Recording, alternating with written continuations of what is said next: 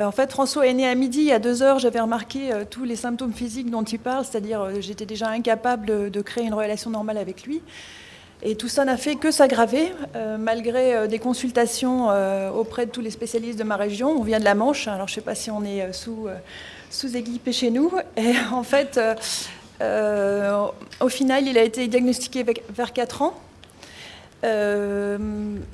Bon, ce qu'on lui a proposé, il est allé dans une école avec une AVS, ensuite dans un IME. Au fur et à mesure du fait qu'il grandissait, tout est devenu plus difficile, toujours. Donc François ne dormait pas, ou très peu, il se réveillait la nuit, il courait dehors, dans le jardin. Il a toujours des problèmes d'alimentation, il mange n'importe quoi, il met encore beaucoup de choses à la bouche, encore actuellement.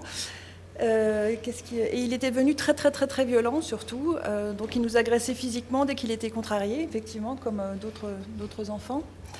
Donc ça fait maintenant 2 ans et 4 mois, même s'il a besoin de câlins pour s'endormir le soir, il fait des nuits complètes, ce qui n'était jamais arrivé, hein, il a 14 ans.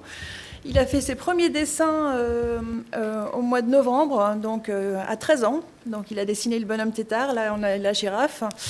Et spontanément, maintenant, dans la salle de jeu, il va compléter des dessins quand il dessine avec des bénévoles. Il s'enfuit toujours ? Non, il ne s'enfuit plus du tout aussi. On a remis des clenches aux fenêtres et on a rouvert les portes. En fait, son avenir à l'IME, quand on s'est lancé dans cette méthode des 3I, c'était des neuroleptiques et passer sa vie enfermé. En fait, il fallait qu'on fasse le deuil complètement de cet enfant et lui, il allait avoir une vie de prisonnier. Bon, là, il vit avec nous, il est beaucoup plus détendu, il communique mieux. Au lieu de voir son dos et de le voir fuir dans tous les sens, quand on lui parle, il nous regarde, il nous répond, il peut faire des choix. Alors bon, évidemment, on n'a pas fini notre chemin. Je pense qu'il y en a encore pour plusieurs années.